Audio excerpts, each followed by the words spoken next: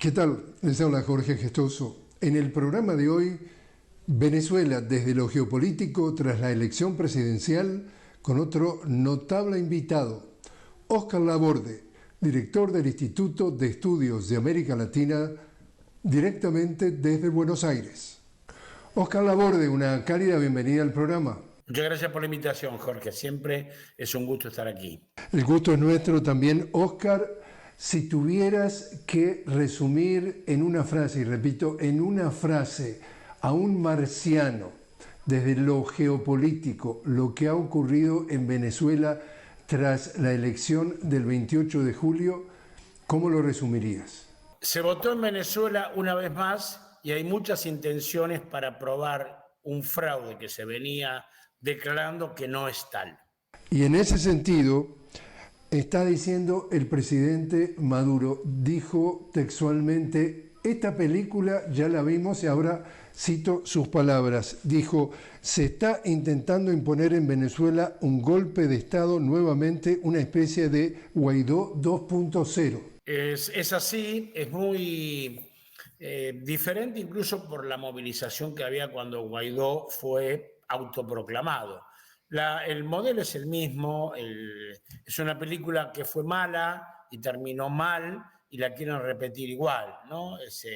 Hay la idea de que habría un fraude, hace meses que están repitiendo, intentando hacer una profecía autocumplida, que Maduro no podría ganar de ninguna manera, que la única manera que podría ganar es con fraude, y entonces ahora estarían probando lo que ellos dijeron.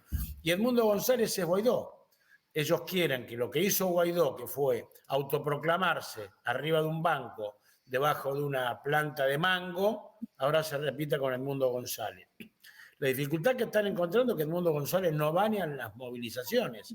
Entonces, es lo mismo, es pretender con eso mantener las prebendas que ellos tenían sobre monómeros, sobre Citgo, sobre el capital que se le ha secuestrado ilegalmente a Venezuela afuera. Yo creo que, Jorge, que ellos nunca quisieron realmente ganar. Lo que querían era justamente victimizarse después de un supuesto fraude y aparecer y autoproclamar, o que otros proclamen a Guaidó antes y ahora Edmundo González. ¿Cómo has visto el papel de las redes sociales, de los medios y de la tecnología en todo esto que ha sucedido después de la elección del 28 de julio en Venezuela? Bueno, la tecnología mal utilizada ha producido un hackeo descomunal, ¿no? Ahora el tribunal justamente está evaluando esos millones de ataques por minuto.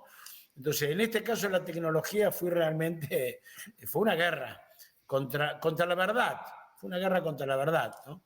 Y claro, con este mecanismo que se ha descubierto con Elon Musk, con el dueño de X, con el dueño de ex Twitter, claro, es mucho más fácil todo. Entonces ha habido una agresión, y acá mismo en Argentina y en otros lugares, Jorge, donde alguien sugiere una duda o algún respaldo de Venezuela, es atacado de una manera masiva, brutal, sanguinaria, con una cosa que se incorporó ahora, que es el doxeo, que además dan datos personales tuyos para que una gente vaya a tu casa atacarte, agredir a tus hijos. Entonces, ese es el rol de las redes sociales.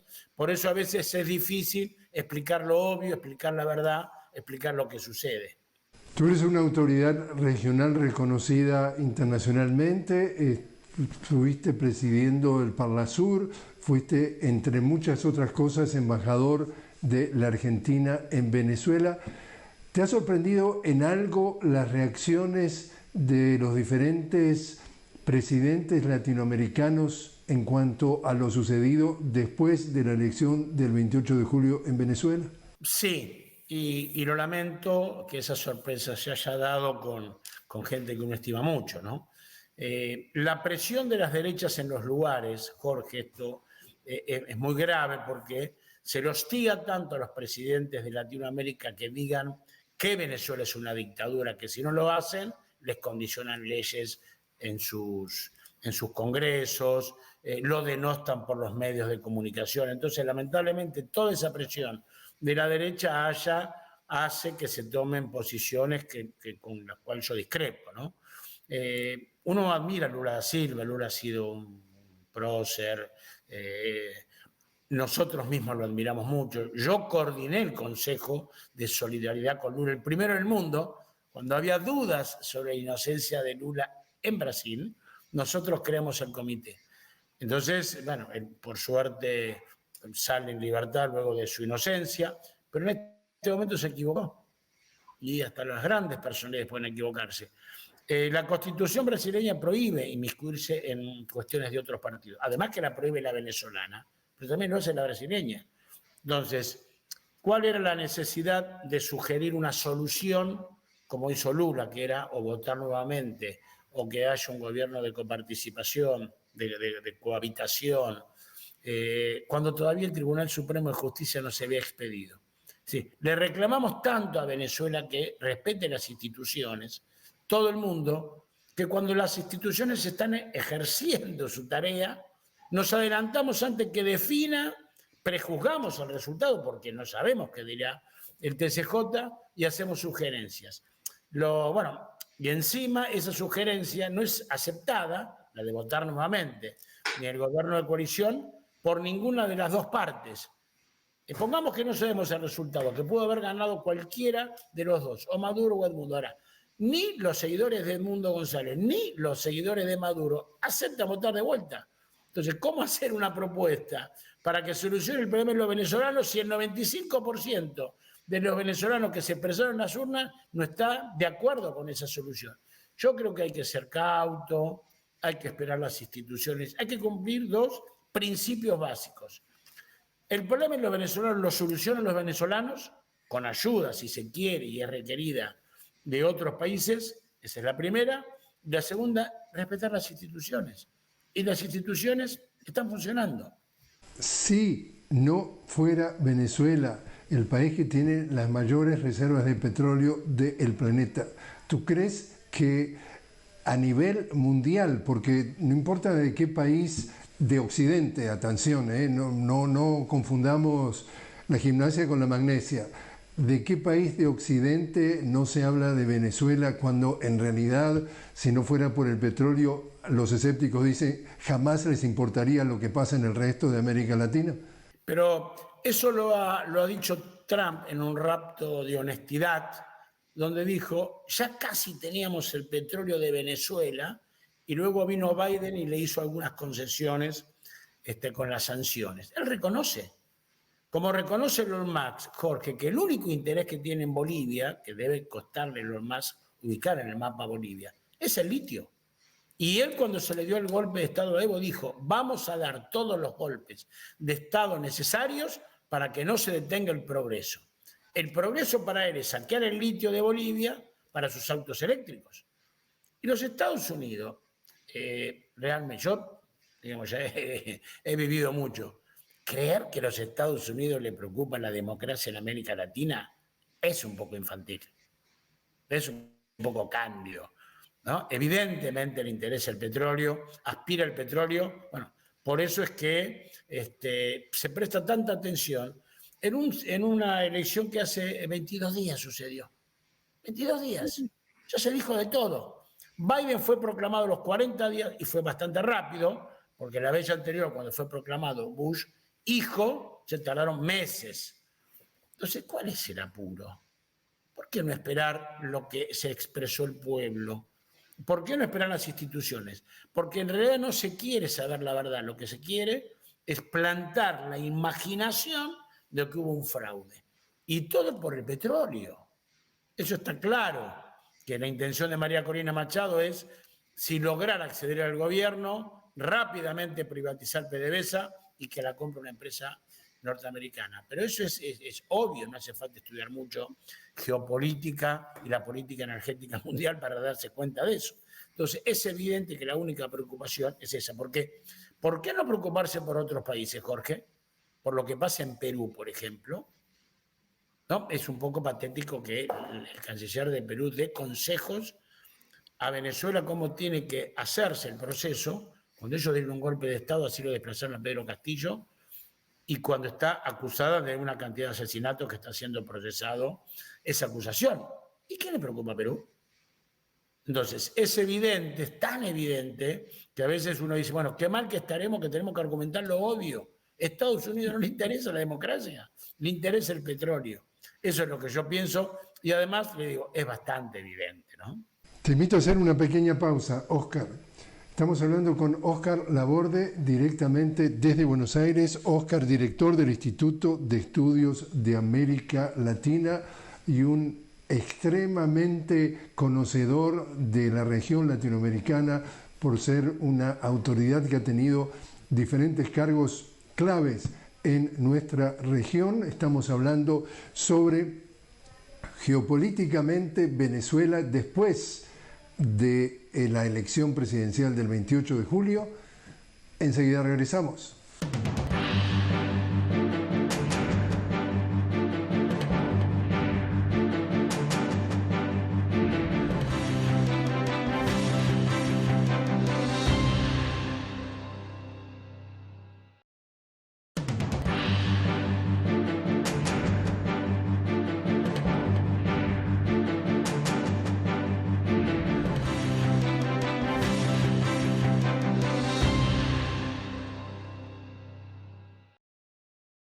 Continuamos hablando con Óscar Laborde. Óscar es director del Instituto de Estudios de América Latina. Estamos hablando sobre la geopolítica en torno a lo que ha sucedido en Venezuela después de las elecciones presidenciales del 28 de julio. Leo, Óscar, los países que han certificado o han aceptado, digamos, los resultados de la elección en Venezuela: Rusia, China, Bolivia, Cuba, Nicaragua y Honduras. Esto estamos hablando en esta parte de América Latina y sus dos grandes potencias, Rusia y China, pero en lo que tiene que ver con otros países de Asia: Indonesia, Irak, Irán, Laos, Corea del Norte, Palestina, Qatar, Arabia Saudita, Serbia, Siria, Turquía, Emiratos Árabes Unidos, Vietnam y Myanmar. Y en África, Óscar,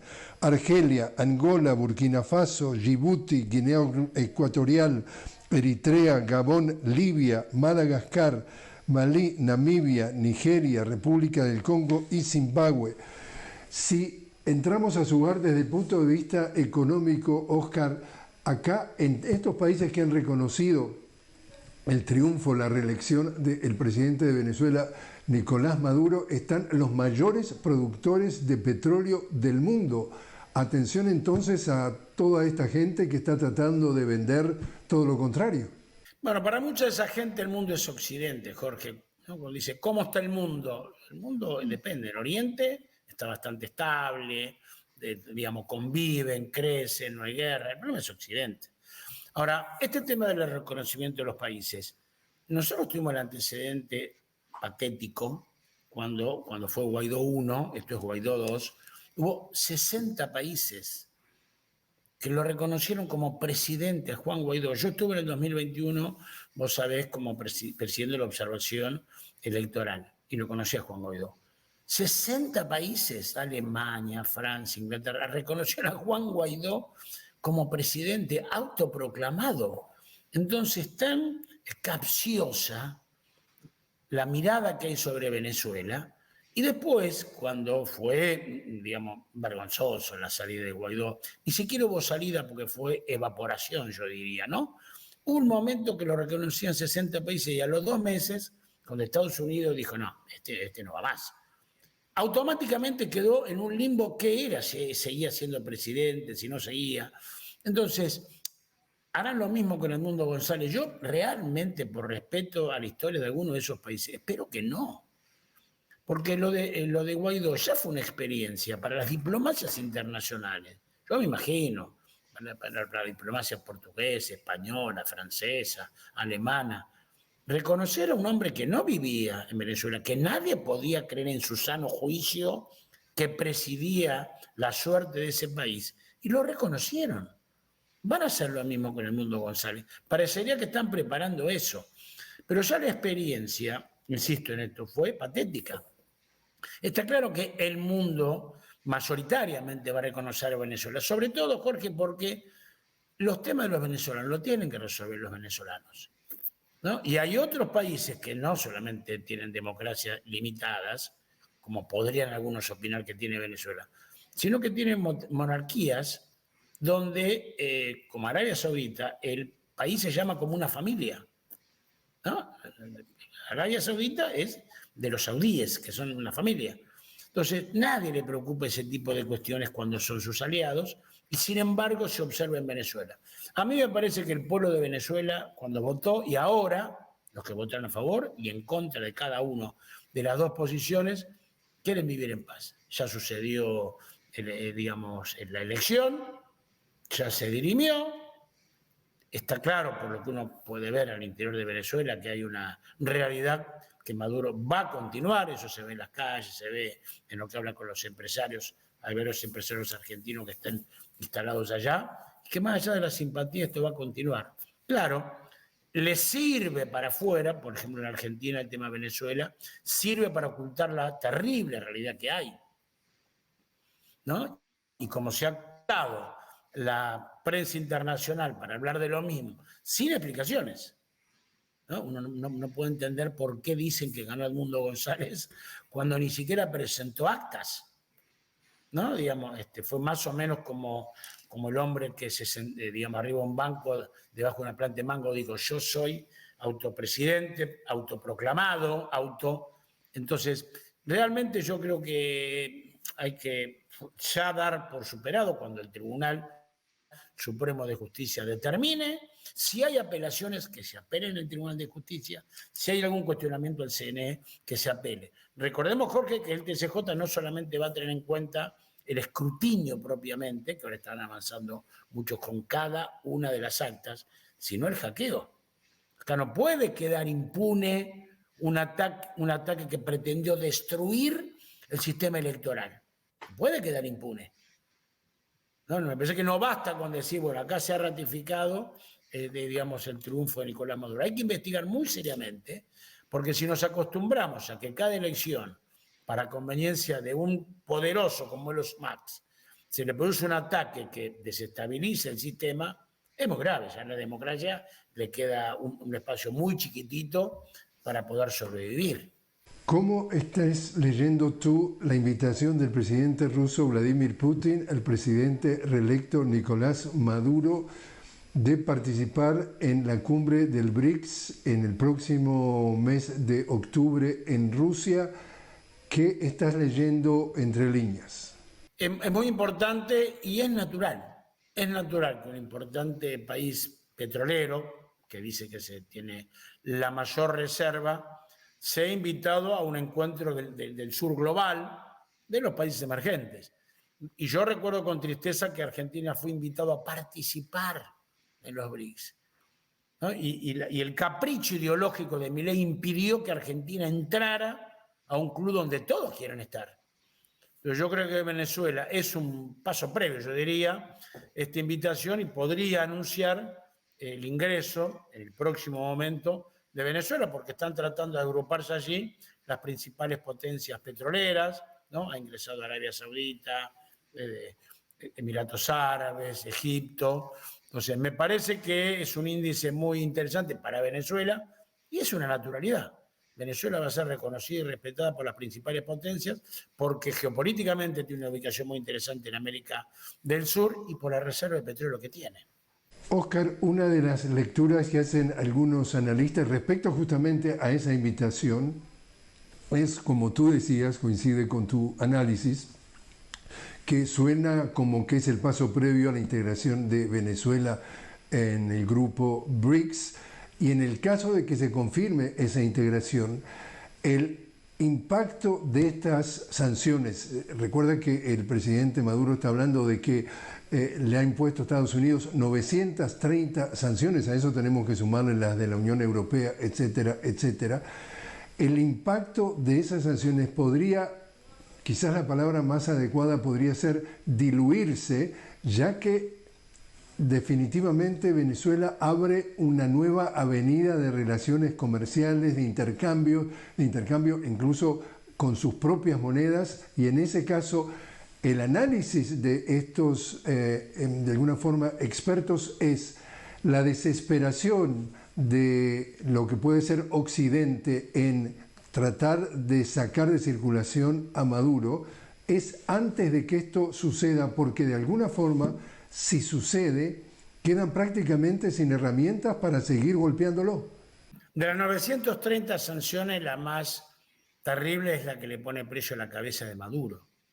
Estamos en el medioevo, estamos en el lejano oeste, que la DEA, en la página de la DEA hoy está todavía la recompensa de $15 millones por Maduro, ¿no? Cuando se habla de persecución, tendríamos que agregarle de que al hombre lo tienen de amenazado, que si alguien da datos o ayuda a que sea detenido en los Estados Unidos son 15 millones. Segundo, el mundo gira al BRICS, al sur global, a convivir, digamos, los países, incluso que tienen diferencias ideológicas. Nombrás el BRICS. En el BRICS hay países como India y como China que tienen posiciones antagónicas, que tienen hasta problemas de diferencias fronterizas. Rusia, Arabia Saudita, que tienen diferencias en Medio Oriente. Ahí lo que está primando son los intereses comunes, porque estamos ante un orden no hegemónico. El orden que viene no es una potencia que es hegemónica sobre todos o dos potencias que disputan la hegemonía. El orden que viene es la convivencia de una cantidad de potencias grandes y de potencias medias que van a convivir. Venezuela se va a incorporar a eso y cada vez queda más aislado en su intención Estados Unidos. Y está claro que lo que quieren es apresurarse a quedarse con el petróleo antes que esa reserva gigantesca que tiene Venezuela se incorpore, articule con el resto de esa riqueza, el petróleo, y otras riquezas que tienen, por suerte, los países del sur global, y además que va a empezar a cambiarse la moneda, donde el dólar va perdiendo terreno. Ese es el futuro que viene y Estados Unidos quiere impedirlo desesperadamente. ¿Cómo ves tú de qué manera podría impactar el tema de la elección en Estados Unidos, gane quien gane? A mí me parece que no hay mucha diferencia. Sinceramente, Estados Unidos es Estados Unidos. Me parece que hay poderes por encima de los presidentes. La última demostración fue un poco cómica, ¿no? Biden dice una cosa, que hay que votar de vuelta en Venezuela, y a la semana los árabes deciden. A mí me parece que los poderes permanentes de Estados Unidos son los que van a determinar.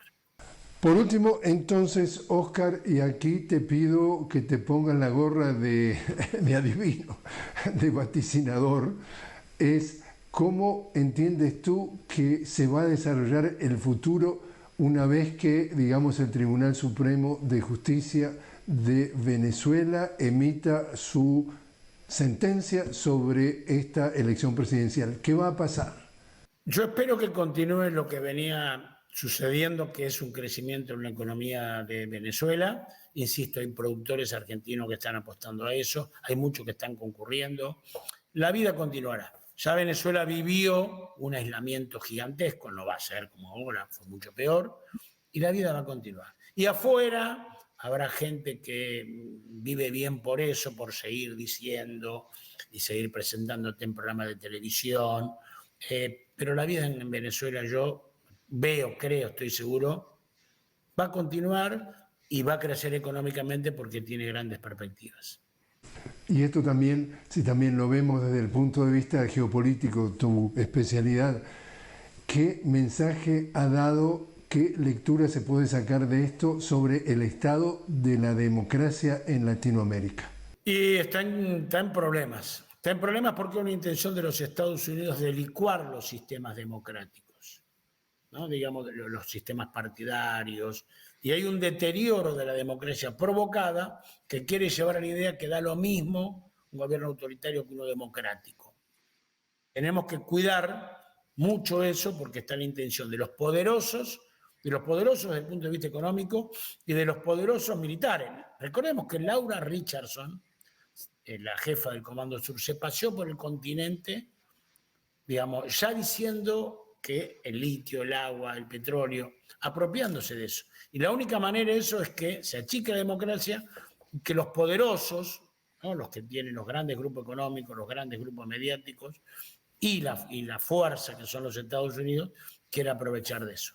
Así que hay que estar muy alerta porque nos queda la democracia, nos queda la participación, nos queda la soberanía y la autonomía de cada pueblo para llevar adelante. Y luego de eso tenemos que juntarnos, Jorge, porque en un mundo multipolar, América Latina va a tener destino, si es un polo en un mundo multipolar. Si no, tenemos que ser socios incondicionales o de Rusia o de China, que ninguna de las dos cosas serían virtuosas para nuestros países. Oscar Laborde, muchísimas gracias por haber estado con nosotros. Nada, muchas gracias por la invitación y es un honor siempre compartir con vos.